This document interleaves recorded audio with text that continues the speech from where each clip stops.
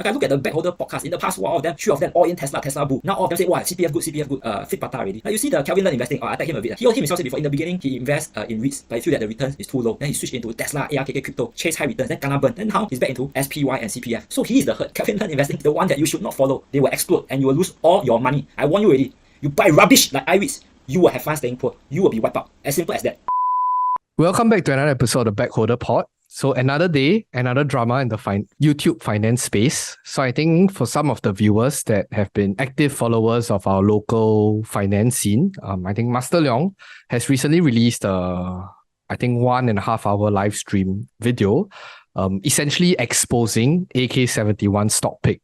But I think in this video or in this episode specifically, we are not going to go into the intricacies and details around what the drama is about. But more importantly, there were a few learning points or a few more contentious discussion that we are going to expound further. Mainly, I think about being contrarian in order to be profitable in the market and whether is it a good time to buy REITs or not. So I think I'll just open the discussion to the floor, and I do believe that Kelvin has watched a large part of the live stream. So Kelvin, maybe some opinions from your side. Some opinions. So if I ignore the AK71 part, ML mentioned that some of the REITs that were mentioned are not profitable. They are bad picks, like Asian Pay TV, the iREITs. For Fraser's Standard Point is a good pick. Keppel DC REIT is a good pick. And I think he also mentioned that there's one very controversial point that he mentioned. So he say, how can you be rich if you're not taking risk?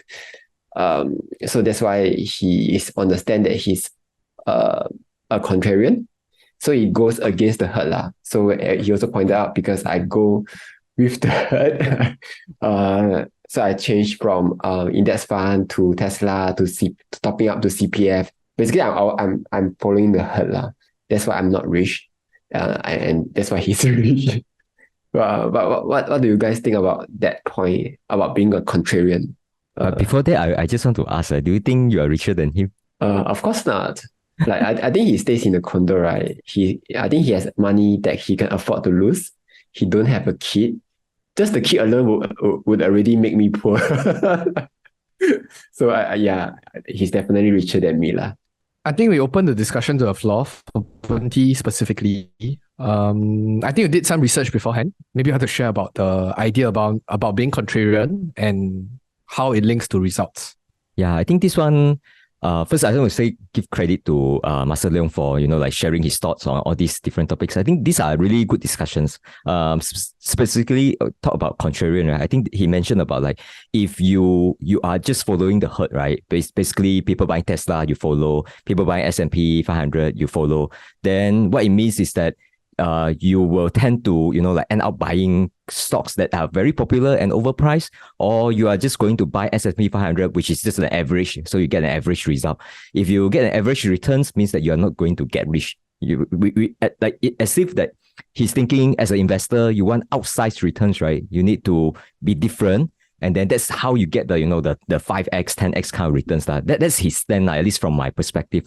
So actually, I want to challenge that point a little bit. Is that, do we really need to be different in order to be rich? Or if I don't use the word rich, right? If I just follow the market, can I really structure my finance, structure my investment such that it just meet my financial goals? So I think that's the different type of objective, right? Because there are some people who say that, okay, I'm investing, I need to win, I need to be different than other people's.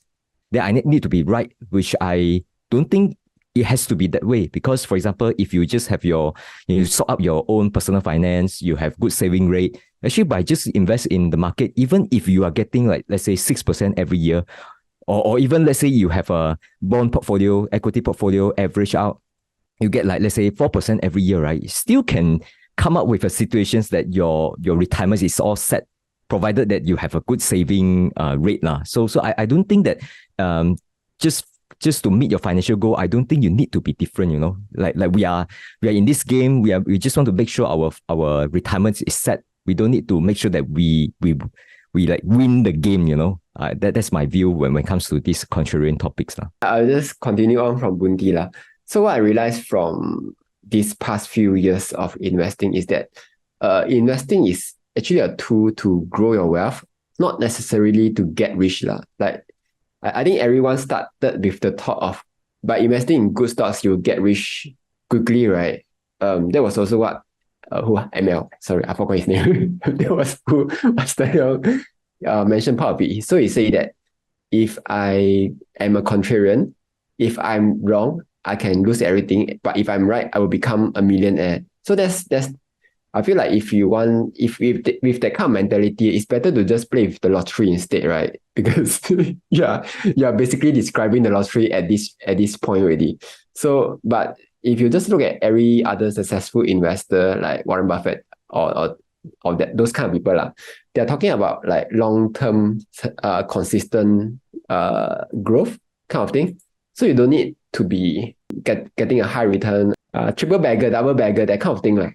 So you don't need to do that, right? Like what Pundi said, just a 4% enough is just a 4%. You will actually outperform almost like a lot of investors in Singapore already, especially this year and last year. Just a 4%. Even the auntie who have not invested this year, 0%, who have already beaten like the four of us in this group already.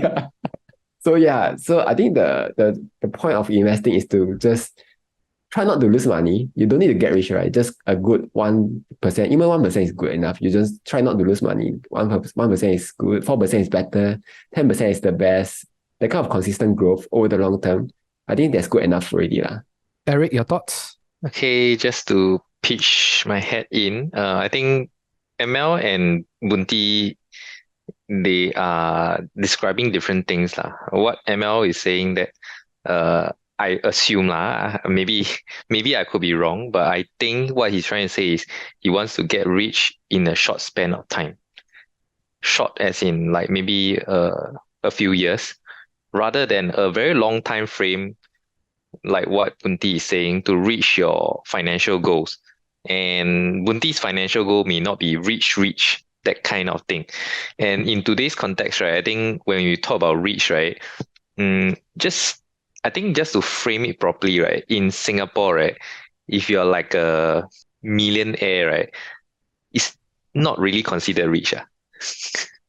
Later on, we'll talk about that topic about housing. Then question is how much? How much is needed? Yeah, we will talk about that in another video, so stay tuned. So anyway, I mean, if you talk to people, right, I think you all will agree that if someone tell you they have a portfolio of like 500K, you will consider them, wow, quite big, your portfolio. But imagine this, even if your portfolio, like in a few years, like double, triple, right, you still not be considered, air quotes, rich in Singapore's context.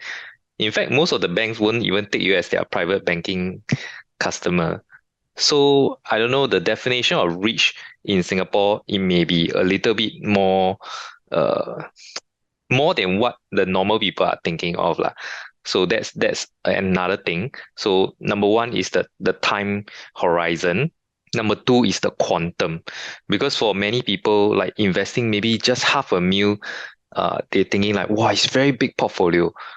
Then even if you 2x, 3x that, it's still at most 1.5 million. Maybe you get you a 4-room flat, HDB. Yeah, so that's my thoughts. So I surprisingly, right, I do agree with one aspect that ML has mentioned, which is he's saying that if you don't take risks, how are you gonna get rich? So if you want to like invest in S&P, want to put in the fixed D and all that, even if I give you a very long time horizon, you're not going to get rich. So that's one point I do agree. And you have to take some sort of a risk to the capital. And at times, maybe you will do very badly. Like maybe now's the time. But over the long term, if you have done your research well, I think you should come out ahead. Personally, I am also of the view that the investment side is not really to help you get rich. It's more like to help you like maintain the value of your cash so that it doesn't erode away by inflation. that's the number one goal lah. Then if it can grow a little bit, like what Kelvin say, I think it's a super bonus. Yeah, I have evolved lah. When I first started, I thought like, wow, let's do like 50% per year. That's why I literally typed in the forum before, because I thought it's as easy as buying Tesla and doubling my money every 3 years. Like looking back, like I think I was pretty naive lah. Even though I still believe Tesla is a good company, but the market is unpredictable. So we can't really say that, we find a good company and then they will most likely perform. May not leh. Sometimes market will just price it, like they just trash your pick. You never know. So I think the irrationality of the market also humbles a lot of people. The longer you stay in it, the more you realize that sometimes we cannot say things very confidently. I mean, I'm also still learning. So now I'm like, okay, handed my number nth lesson from the market. Okay lah. So those are just my like short thoughts. Nice. I do see a matured Eric here with us. So that's very nice. Okay, I just want to give a quick response on what you just said about the 500K, like 1 billion, like not reach. I just want to respond on that, because I'm thinking people sometimes focus a lot on the numbers. Like maybe you just started young, right? Like you're just graduated, you are aiming for 50K, then you see that there's some influencer, I hit 100K at the age of X, so people tend to like focus a lot on the numbers. But actually if you think about it, especially those who really thought about all these financial topics for some time, right? Actually all of us, right, regardless of whether you are 7 digit, 8 digits, right, actually what you want to achieve is not a specific number. What you want to achieve is a sense, like a feeling, like you have a feeling, say that I actually don't have to worry about my financial. Doesn't mean that you have to live in a very luxury lifestyle. I don't think so.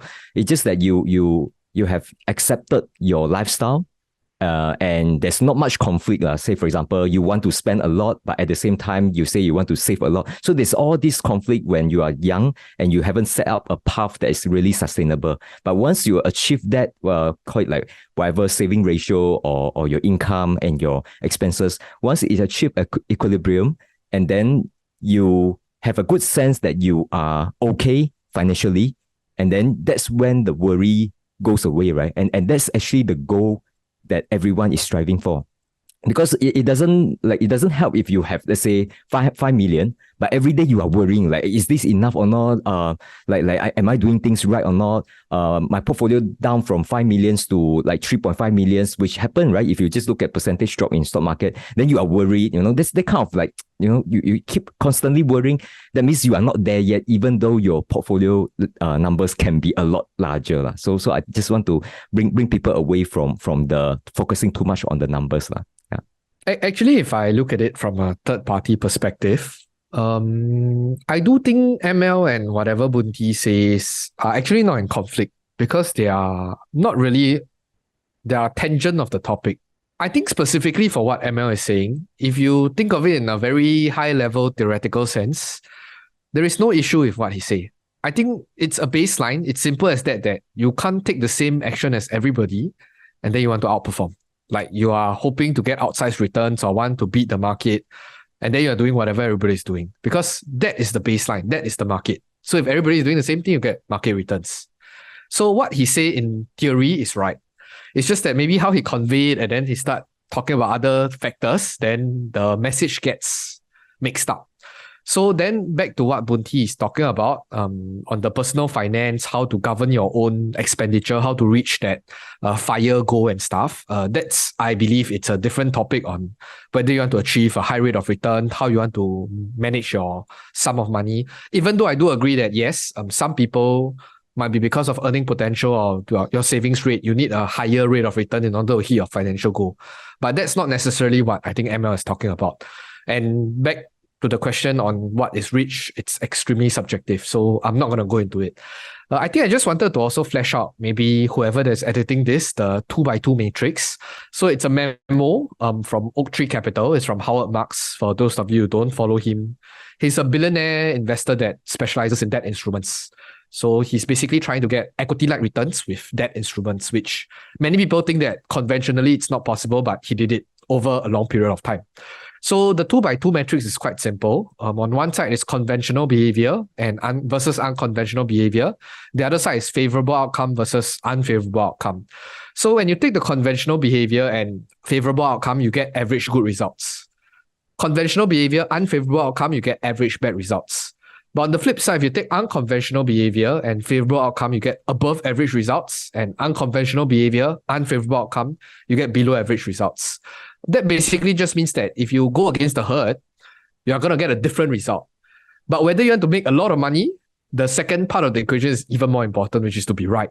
So that basically sums up the idea behind being contrarian and having a different view of the market. It's good, fine and dandy, but you want to really make money, you need to be right at the end of the day. So then Eric that challenged me on what's the notion of being right, what's your timeline. I think those are further discussions to make the discussion more richer in a way. So which very much pivots to the second part of discussion. Basically, I think Bunti the other time showed a graph of Singapore REITs. Basically, you can see the whole graph is basically just tanking. Looks like my Chinese tech. But anyway, basically REIT sector has been under a lot of pressure, inflation, interest rates, higher opportunity costs and stuff like that. So maybe we want to put on our contrarian thinking hat and to really basically answer the question on, is REITs a good time to enter? Maybe I'll just pass the time over to Bunti. Do you have an opinion on it? The reason why I brought that up is also because I just look at a few charts and look at it. Wow, I know that REITs has dropped previously, but just recent 1 or 2 weeks, right, before all these YouTube videos talk about it, I noticed that they really drop a lot. Then of course the question is like, okay, if you look at the share price drop, do you get scared or run away, or do you actually see opportunities, right? So I try to like assess it from that point of view and ask myself, is that an opportunity, or is it like these things, right? You better don't touch because it's really too dangerous. But just a quick summarize of my view is that I don't think now is a good time to enter REITs. The reason is because it is not something like, okay, you get a fixed like coupons, right? And then cash flow is fixed, but just the price is different. And the lower the price, the higher the returns that you will get. For REITs, it's not as simple as that. For bond, you can say that you can use that as a guideline. But for REITs, you still need to look at the DPU, right, which is the dividends that the REITs is going to pay out. And I think for quite a number of REITs, actually, they have cut DPU in the recent past. And actually, we don't know whether they'll further cut the DPU in the future. The main reason is because now interest rate is a lot higher. That means the financing cost is also higher. And this one, even if the interest rate peak today, like stop at today's rate, right? But all these REITs, they are still refinancing their debt, meaning that the financing cost may still continue to go up further in the coming, say, 1 to 2 years. So there's no visibility when it comes to the dividends, unless you do a very detailed modeling and go look at their financing, the current financing costs, and then you compare their future financing costs, and you still need to put in your own assumptions. But I still think that they probably will still decrease in the future. That's why I don't think that it is a good idea. And one more point is that if you don't take the risk of investing in REITs, right, you just put in T-bill, right, you can just get like a 3.7, 3.8%, which I think is a good alternative. So from risk return perspective, I'm not favoring REITs at this moment. I think also maybe just some context as well. I do believe that out of the four of us, Eric probably has the largest percentage, as in not very huge as well, but he has the largest percentage in portfolio allocated to REITs. So maybe your opinion on the whole sector, and if you possible, you might want to throw out some names that we can consider, or you tell people to stay away. I don't know. I think my biggest holding, right, in Singapore REITs is Mapletree Logistic. That is like my biggest local holding. If I think all REITs actually perform not so well, but I think the most cui one is the Capital China Retail Trust. Yeah, the one that I'm holding. I think it's also double whammy, not just the interest thing. It's also affected by the China side. Their economy also not doing well. And I took a look at their DPU because I have been lazy. I have not been following all their, results and recently lah. So when I saw their DPU, I think it went down like 25%, somewhere along that range. And the share price dropped correspondingly, also about, I think, 28% or something like that. So I think it's entirely justified. The share price dropped because the DPU also dropped correspondingly. So it means that the business side not doing very well lah. So I think for those who are interested in getting REITs, right, you might want to really look into the holdings of the REITs. Specifically those that invest overseas, like China, Europe, US. I think all the investor who actually went to buy these REITs which have significant exposure overseas, I think recent years they have all suffered. Whether is it US, Europe, China, they took turns to be whacked lah. So all whack very jialat. Then I think the only locality that was relatively more resilient is the one that is focused on local one. I mean, they still get whacked because of the interest, but if you look at their DPU, right, it's not down a lot. Like they were still like eking out like a flat line, stagnant to a little bit of decline kind of DPU. Yeah, so I was just looking at the Mapletree Industrial, right? I think they are. I don't know whether am I looking at the most updated one. I think they have a special payout recently, but if you look at the financial year 2022 and 23, so far it looks okay. But if you compare that to the China, the one that absolutely bombed out. So yeah, some are a lot more justified lah in terms of their price decline. Okay. Yeah. So I think just to summarize, I think just be careful if you're investing in overseas REIT. Don't be too lazy like me. Like collect dividend, then never go and follow. But to be honest, for my side, right, I am not looking to sell, even if they go down due to interest or whatever. I'll still be holding on. So my only concern is, do I want to pump in a little bit more when the yield get fantastically higher? Fantastic means that it has to be like above 8%. At least, but the China one 8% I also don't dare. Now a little bit worried how low the DPU is going to crash. But Singapore one I may consider. Sorry, Kelvin, I want to add 2 points on what Eric said, specifically for overseas properties, right? If I can also add some color, I think there are 2 additional factors. One, I think, is in terms of the fundamental like undercurrents of societal expectations, in a way where Singapore specifically, a lot of our commercial or like all these buildings, right? There is a trend where you see companies constantly asking people to go back to office. But I think it might not be the same for overseas, specifically the US. That's why the office REITs are getting whacked. And I think the second part is really the currency issue. Singapore SGD has been strengthening like crazy. That's why when they convert back, a lot of the numbers just look pretty disgusting. That's why a lot of the DPU get revised downwards. So yeah, those are 2 additional sub points in a way. But yeah, sorry, Kelvin, back to you.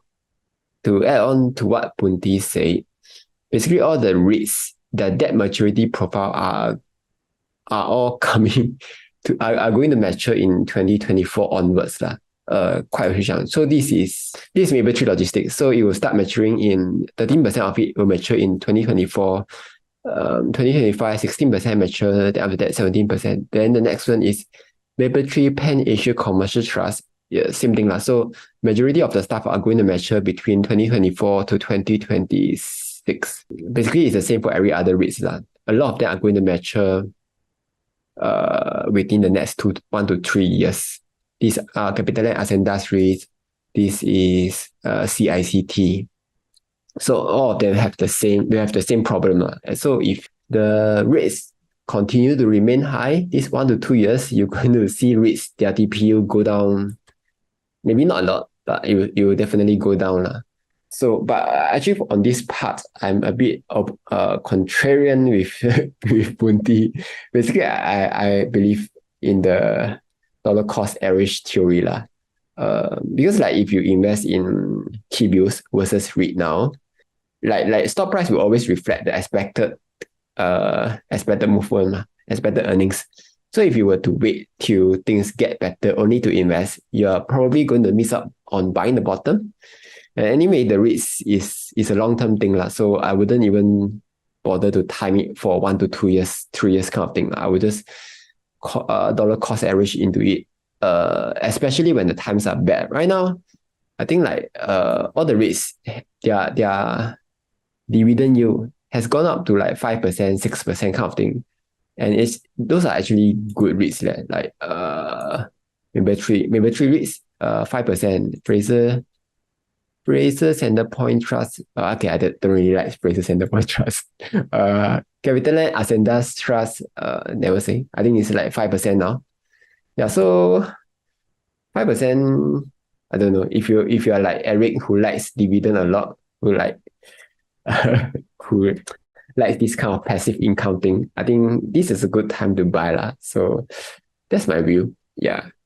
Yeah, I think there are two things, right? One is that first you need to know why are you buying. Because let's say if you are already, like label yourself as a dividend investor, REIT investor, and you want to collect all these dividends and you just don't want to play the timing, right? As in, don't play the timing means that you just dollar cost averaging, right?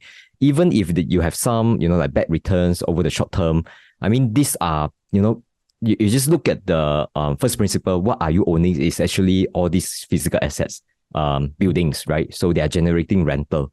So as long as those properties can still be rented out, there's no big issues. I mean, you will still get some sort of yield. So I think that's good for someone who is, like just continue consistently execute the strategy. I think that's fine.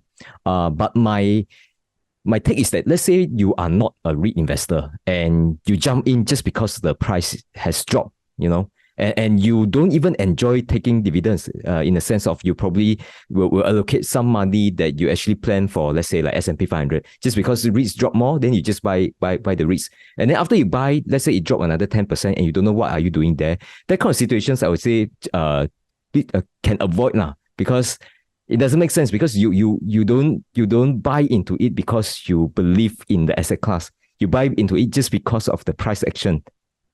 Maybe you want to do like short-term profit, that kind of things. So I usually would tell people don't do this kind of things because like you will regret it. Yeah. I've got a question for Eric. So would you consider buying REITs now or wait 2 years later? Obviously I will choose to wait lah. Like now is, I mean, maybe not 2 years later or so. Like I say, if the yield, right, for certain local names, they start to become juicy, I will consider. Like, for example, you all know the favorite is Parkway Life, right? Like that one is the ultimate juicy, the most juicy REIT I ever seen. Never raise a rights issue, no problem with management. DPU always forever increasing, don't care about economy. Every year just keep marching up. So the medical costs never go down. Right? So that's why they peg it to the cost, the what do you call that, the hospital revenue, right? Or they peg it to CPI plus 1%. Win already lor. Like that, how to go down. So like if you look at their chart, right? They are very resilient. Most of the REIT, I would say they drop, some drop even below the COVID low. Some are hovering around there. You can look at the Parkway Life one, is still okay. It's still above the COVID low. My follow-up questions is that this chart is showing the dividend yield, right? As you say, their dividend yield is always, like slightly lower than the other REITs because their Always. quality is higher and the certainty of growing DPU, they have a lot more certainty, right? But if you just look at their dividend yield versus compared to the past, right, now it looks quite attractive at 4%. So why are you still waiting? Do you have a specific target here? For Parkway Life, right, it's a very good REIT, but I will be only tempted if the yield is closer to 5%. Then I'm okay to take this 5% and wait. Because I am still scoring about 5% on my savings account. So why do I want to put this one has a little bit of risk here. 5%, I will be like, okay lah, I just shift in, grab a little bit, then they pay me to wait lor. So different REIT, I will have different requirement, different demands. Like for the China one, right? If they give me 10%, I take 10%. Actually, how do you come up with all these numbers? Is it arbitrary? Arbitrary one. I shook They said they give me 10%, I take You need to sometimes be a bit scared. Manulife, I think if you look at trailing 12 months, is 80%. 80% dividend yield. See whether you want to take or not. No, Manulife, to be honest, I never really fancied that REIT. Number one is because the sponsor I don't really know. So the management style I also didn't know. I would say it's a relatively new REIT lah. This Parkway Life, the management has been there since 2007. And the way they manage the REIT is super conservative. It's like a 老人 REIT, if you get what I mean. They like never raise rights, never do anything fancy. They just buy like 那种 what you call that? Do you know the Japan, they have this old folks home? They buy that, then they're like, wow, we did a very big thing. But Japan is all 老人 one, so eventually they're all going to like populate those homes. So it's like to them it's very exciting lah. So that's the only exciting thing in the REIT. Yeah, but the mainstay is still the hospital, which I believe with all my heart. If there's another way to invest in hospital, I will. But this seems to be the only way. I share a slightly different view from what Punti has shared initially about somebody that might not initially have interest in dividends. I'm now looking into REITs or looking into some of these names that are beaten down. Might be extra careful. I agree on the taking precaution and being cautious part, but I don't really agree on you shouldn't go into it. Let me just share what's my perspective. Because I think when Bunti was explaining it, it felt like he was talking to me because I'm not necessarily a dividend investor, but I have floated the idea in previous episodes. And in fact, I am buying into some of these REITs that I've talked about previously. I believe that whether is it REIT, whether you are looking at dividend stocks, growth stocks, value stocks, whatever stocks, it's still the same. You are trying to judge a company and how they're going to project their future cash flow, and then you just discount back. I think REITs are in a special position now because, adding on to what Kelvin said, I believe many investors are now just wait and see. Wait and see what? Wait and see basically interest rates. So it's true that, yeah, T-bills or SSB are giving 3.5, 3.8, 4% even. But there is an issue of investment risk, right? And even your CASA account, they're giving current account, savings account, they're giving like 4% if you jump into some loops. But they don't guarantee this amount. Next week, if they say they don't want, they can just turn it away. I mean, for CASA. Then for T-bills, 1 year later, if they don't want to give you 4%, they don't give you 4% because it's market forces. Nobody is saying how much is dictated. But I think on REITs, on the other hand, specifically some of these that are beaten down, interest cost is that's one of the most important factors. So many investors are just sitting on the sidelines. They take command from the Fed. The Fed start to move down, then people can buy already because they can agak-agak estimate what is the interest cost. And on the second part, when you look at REITs in general now, I would say that many of them are in the recovery play sector, meaning you are hoping for some sort of a recovery as long as the occupancy or many of these are able to continuously climb because of inflation, they can keep revising rents upwards. But like Bodhi said, the yield is still there. It's just that whether it yields higher or lower, and the DPU is still affected by the cost. So there's the few moving parts that you have to think about. But generally, it's still you are trying to buy the company and hopefully it's good fundamentals. I mean, I would draw comparisons, but they're not direct parallels where you try to bet on recovery plays, like for example, Meta last 2 years. I'm not saying, of course, some of these REITs will have V-shape, but I'm just saying they're in the same scenario. Some of these popular value stocks also, Disney, PayPal, you're all basically betting on some sort of a recovery where the management is able to steer the ship. But REITs in general, not really in their control because of the Fed. So that's why a lot of people are just wait and see. But I think the concept-wise, I'm very recovery driven. So different REITs are different profile. Not all REITs are the same, or as in not all REITs are good REITs. So then it goes back down to your stock picking skills. That's all. If not, if you want to go into broad-based index, I mean it's fine, but that's really dependent on what's your appetite and what's your profile. So that's just my answer to why I don't think. I mean, if people are interested, let people manage their own money. That's my baseline. I wouldn't necessarily say I recommend or I don't recommend, but I think I can understand also why people like ML or people that are more contrarian in age. It seems like I'm a bit like ML lah. Whatever he say, it seems like I'm also buying. But it just feels like if there is some sort of value, you might want to explore further. Not saying, I mean, a lot of the GameStop, those kind also drop 99%. Doesn't mean you have to look at those stocks or those companies that drop a lot. So yeah, that's just my general thoughts. Okay. No, I just say that's why Master Leong only attacked 3 of us, not you.